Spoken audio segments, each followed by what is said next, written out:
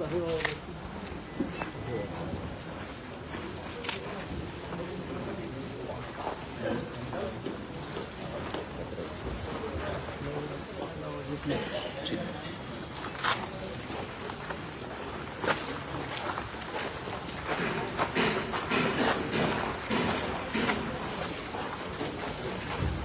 घ्यायचं, साऊंड लावू नका. हो लावा. नाही साऊंड नका, साऊंड बाईट घ्यायचं. थांब. शेतकऱ्यांनो, नियतीचा खेळ बघा. खरंच आज माझा हा प्रवास इथंच थांबतो. मी नेहमी म्हणायचो राजकारण आपल्या जागी आहे, पण काम महत्वाचं. लोकांनी मला कामाचा माणूस म्हटलं, तीच माझ्या आयुष्याची सर्वात मोठी कमाई होती. आज निरोप घेताना मन खूप जड आहे, पण एक समाधान आहे की शेवटच्या श्वासापर्यंत मी तुमच्यासाठीच धावत होतो. मी तुम्हाला शब्द दिला होता, जोपर्यंत माझे हातपाय चालतात तोपर्यंत तुमचं भलं करण्यासाठी मी झटत राहील. नियती बघा कशी असते. आज माझ्या हक्काच्या बारामतीच्या मातीत तुमच्या सेवेसाठी येत असतानाच माझे हातपाय कायमचे विसावले. पण मला अभिमान वाटतो की मी रिकाम्या हाताने नाही, तर तुमच्या कामाची फाईल छातीशी धरूनच या जगाचा निरोप घेतो.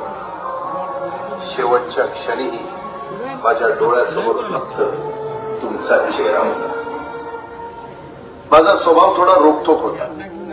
कधी कुणावर ओरडलो असेल, कुणाचं मन दुखावलं असेल, पण माझ्या त्या रागामागे फक्त एकच तडफड होती की माझ्या सामान्य माणसाचं काम झालं पाहिजे.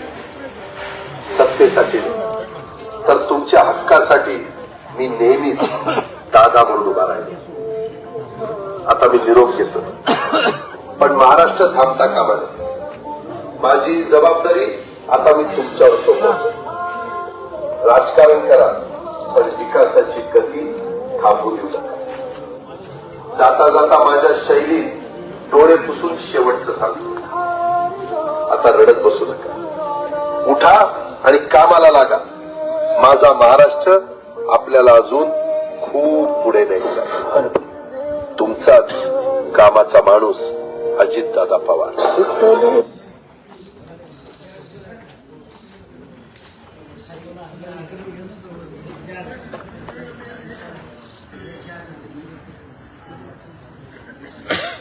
सुनेत्रा, आज अर्ध्या वाटेवर साथ सुटली ग. तू संसाराचा गाडा खंबीरपणे ओढला म्हणून मी बाहेर लोकांसाठी धावू शकलो. पार्थ, जय, युगेंद्र, रोहित काय रे ते केस, किती वेळा सांगायचं ते नीट कर, जरा डाय लावून घे आणि शर्टाचं बटन लाव आधी नीट. तू नेहमी म्हणायचंस ना, दादांचं भावकीपेक्षा गावकीकडे जास्त लक्ष असतं. अरे भावकीचं प्रेम काळजात होतं म्हणूनच मी गावकीसाठी धावू शकलो. आता वरून सुद्धा माझं वॉच असणार आहे तुमच्यावर, लक्षात ठेवा. गड्यांनो, आता खंबीर व्हावं लागेल. पोरांनो, ही पवारांची तिसरी पिढी सुद्धा कामाची माणसं म्हणूनच ओळखली गेली पाहिजे. सुनेत्रा, सुप्रिया, ही पोरं आता मोठी झाली असली तरी त्यांच्यावरचा तुमचा हात काढू नका. त्यांना पवारांचा संस्कार आणि कामाचा ध्यास दोन्ही द्या. सुप्रिया, राजकारणात आपण वेगवेगळे झेंडे घेतले, वेगवेगळे रस्ते निवडले, पण आपल्या रक्षाबंधनची गाठ कधीच सैल पडली नाही हे तुलाही माहिती आहे आणि मलाही. साहेब, आज पहिल्यांदा तुमचा हा पठ्ठा वेळेत नाही पोहोचू शकला.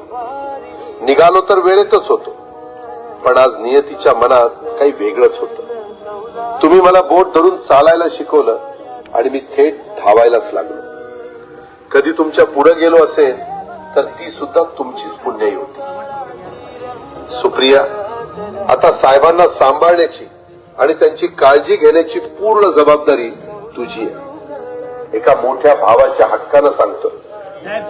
सुनेत्रा, पार्थ, जय, सांभाळा स्वतः. साहेब, निरोप घेतो. दादाची ड्युटी संपली. साहेब थोडं समोर समोर या ना. असं ऐसा था राजा सबके दिलों में वो रहता था. ओके. अरे बेट्यानो, इतक्या लवकर मी काय जात नसतो तुम्हाला सोडून. हा,